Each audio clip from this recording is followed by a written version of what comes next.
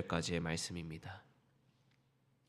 요한복음 8장 21절에서 30절까지의 말씀입니다. 요한복음 8장 21절에서 30절까지의 말씀을 이 시간 교독하도록 하겠습니다. 제가 먼저 읽겠습니다. 다시 이르시되 내가 가리니 너희가 나를 찾다가 너희 죄 가운데서 죽겠고 내가 가는 곳에는 너희가 오지 못하리라.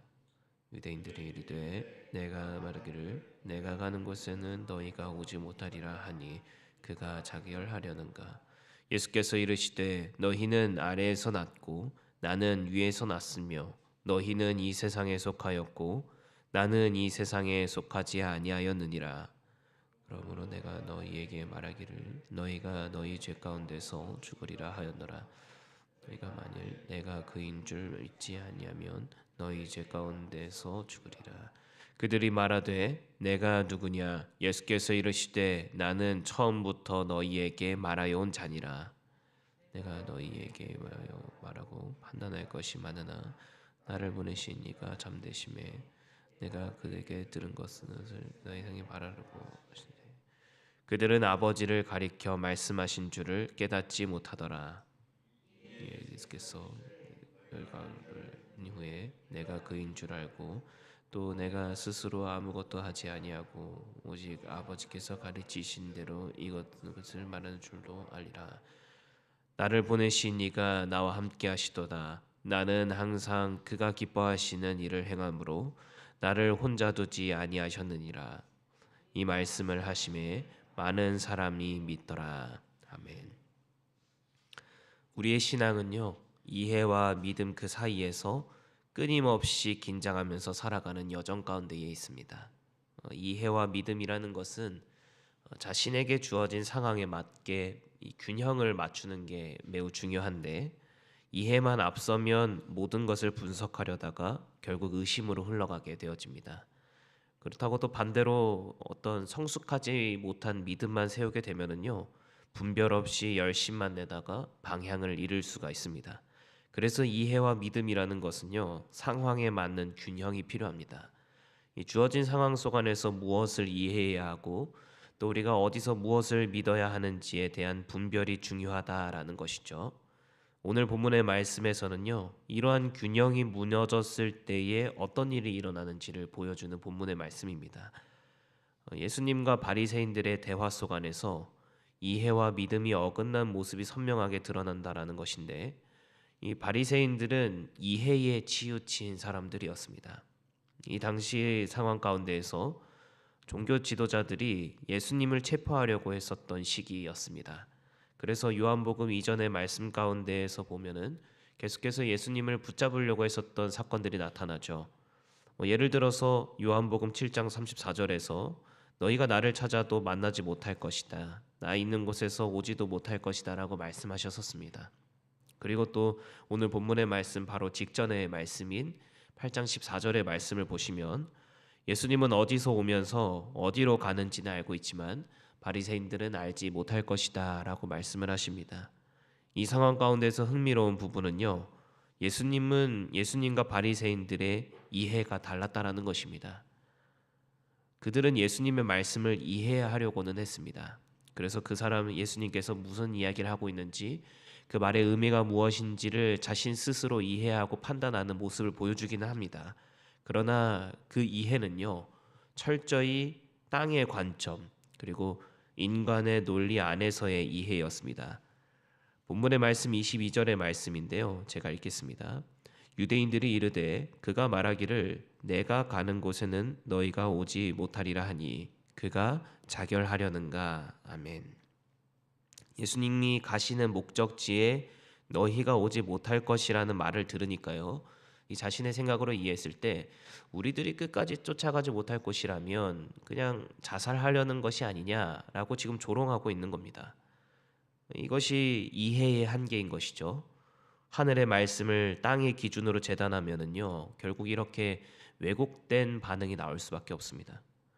예수님이 말씀하신 이 가는 곳이라는 곳은 자결해서 어딘가로 새롭게 가려는 것이 아니라 예수님께서 자신이 원래 있어야 할 아버지께로 돌아가는 길이죠. 한마디로 십자가를 통한 영광의 길을 이야기합니다. 예수님은 이 복음을 사람들에게 계속해서 언급하시고 또 가르쳐 주셨었는데 믿음이 없이 이것을 들었을 때는 결국 조롱이나 아니면 어떤 신화나 아니면 어떤 속담처럼 받아들이기 쉽게 될 것 같습니다. 우리 신앙이라는 것은 단순한 정보의 축적은 아니죠. 많이 아는 것이 믿음은 아닙니다. 이해가 믿음으로 이어지지 않으면요, 지식이라는 것은 오히려 하나님을 판단하는 도구가 되기 쉽습니다. 제가 신대원에 딱 들어가게 됐을 때 신학생들이 모여 있는 그 공간에 가면은요, 이 신학생들이 모두에게 생겨나는 질병이 있습니다. 그게 뭐냐면 이제 성경에 대해서 배우기도 시작하고 교리도 배우고 또 하나님이 이해도 되기 시작하니까 쉽게 판단하게 되어지는 어떤 질병들이 있습니다. 하나님을 다 아는 것처럼 판단하기 시작한다라는 거죠. 그러다 보니까 목사님, 다른 선배 목사님이나 아니면 성도님들을 딱 보았을 때 쉽게 오만하게 판단하는 어떤 질병들이 모두에게 나타납니다. 이러한 부분들이 이제 깨부숴 나가는 어떤 과정들이 이 신학생 모두에게 필요한 과정으로 나타나는데 우리도 그럴 때가 있죠. 저 사람은 얼마나 기도했을까? 아니면 뭐 저 사람은 얼마나 말씀을 읽었을까? 아니면은 저 사람이 생각하고 있는 그것이 하나님 앞에서 정말 맞는 것인가? 라는 어떤 판단, 이해의 기준으로 설명하고 또 결정을 지으려고 할 때가 있습니다. 어쩌면 바리새인들도 마찬가지였을 수도 있다라는 것이죠. 이해라는 틀을 만들어 놓고 그것을 벗어나면 틀렸다라고 이야기하는 것입니다.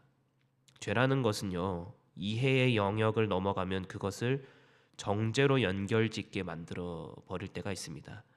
저 사람은 왜 저럴까? 왜 저것밖에 못하는 걸까? 하는 어떤 다양한 생각이 그리스도인으로서 살아가지 못하게 할 때가 있습니다.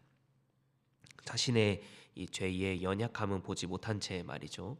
더 나아가서는 우리는 가끔씩 생각으로서 하나님을 판단할 때도 있습니다. 자신의 생각 가운데에 하나님을 가둬놓고 이 생각을 벗어나는 일들이 일어나면 마치 하나님이 잘못되었다라는 듯이 자신의 생각의 틀 안에 있는 것만 정답이라고 하나님께 말할 때가 있다라는 것이죠.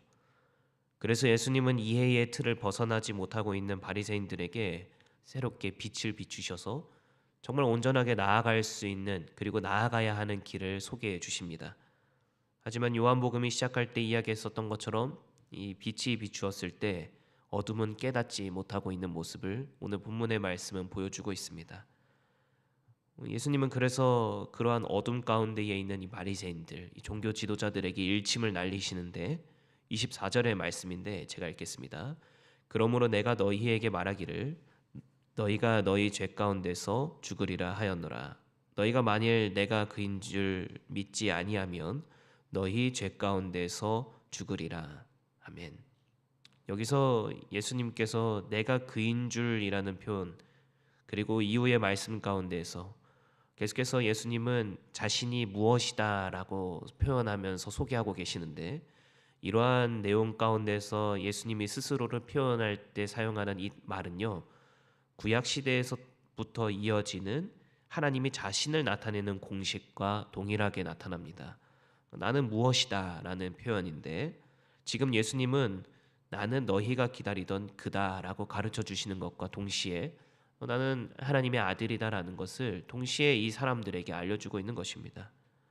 예수님은 단순히 한 선생이나 선지자가 아니라 하늘에서 오신 분이시고 아버지와 하나이신 분이 그러니까 하나님 아버지와 자신은 동일하신 분이시다라는 것을 지금 선포하고 계시는 것입니다. 지식이나 열심만으로는 하나님께 이를 수 없습니다. 예수 그리스도가 우리를 구원하시고 우리의 진정한 주인 되심을 믿는 이들이 하나님께 온전히 나아갈 수 있는 것입니다. 예수님을 믿는다라는 것은 그래서 단순히 그분을 인정하는 것을 넘어서 그분이 계시한 말씀을 따라서 자신의 삶을 조금씩 하나님 앞에 세워 나아가는 것입니다. 23절의 말씀 가운데에서 예수님은 사람들에게 그 계시, 예수님께서 하나님을 향하여 세워 나갈 수 있는 그 기준을 명확하게 가르쳐 주시는데 23절의 말씀에서 이렇게 이야기합니다. 예수께서 이르시되 너희는 아래에서 났고 나는 위에서 났으며 너희는 이 세상에 속하였고 나는 이 세상에 속하지 아니하였느니라. 아멘. 예수님은 자신이 위에서 오신 분이고 눈앞에 있는 그 사람들은 아래에 속한 자들이라고 말씀하십니다.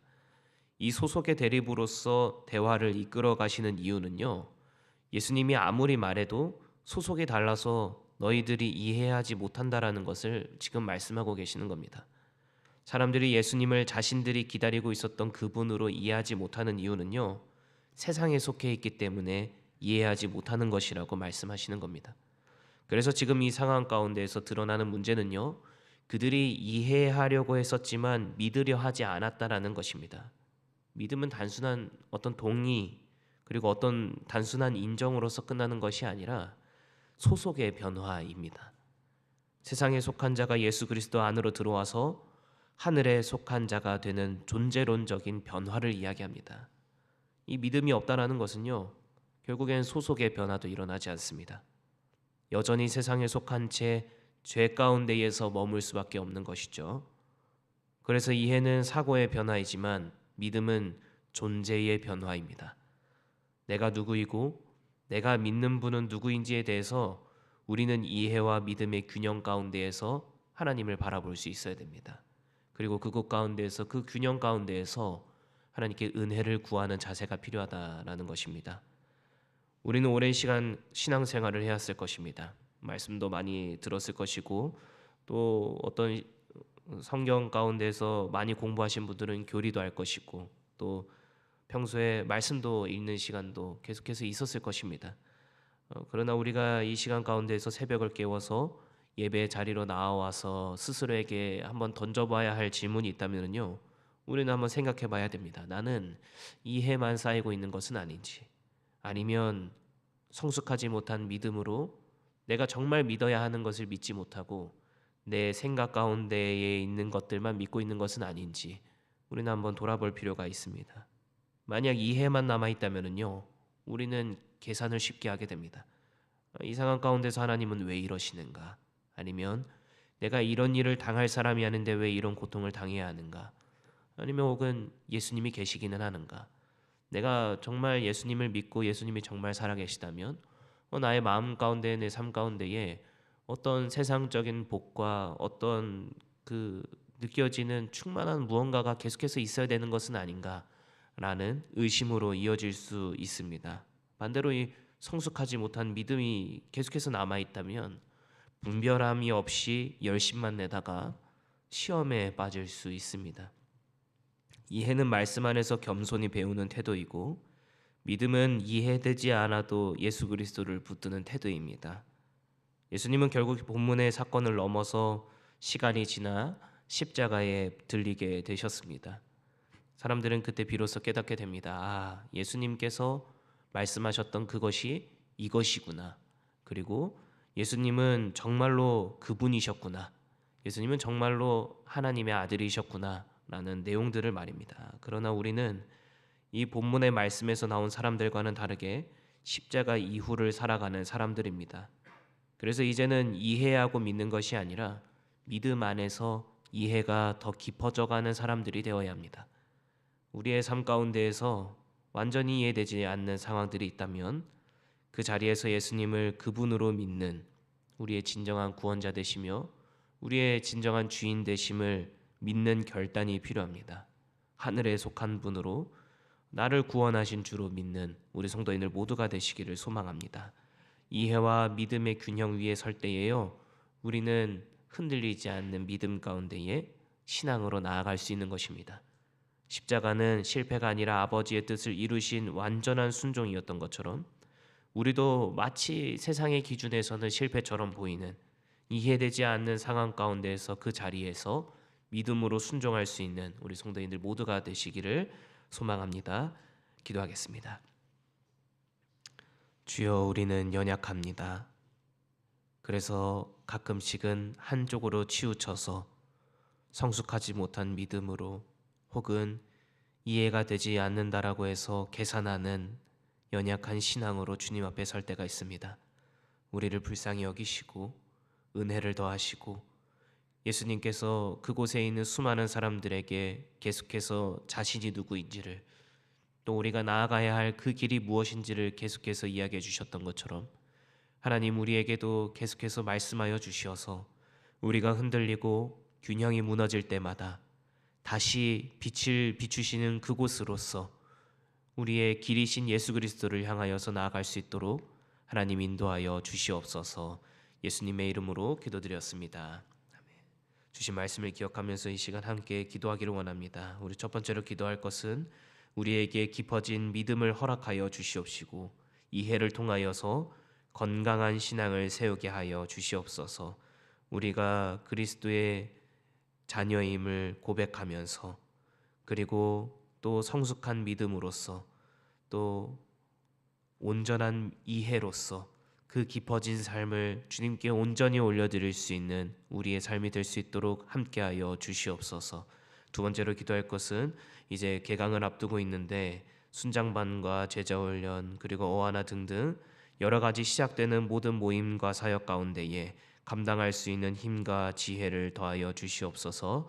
이러한 기도 제목으로 기도하신 다음에 각자 가지고 나오신 기도 제목으로 함께 기도하며 나가겠습니다. 기도하겠습니다.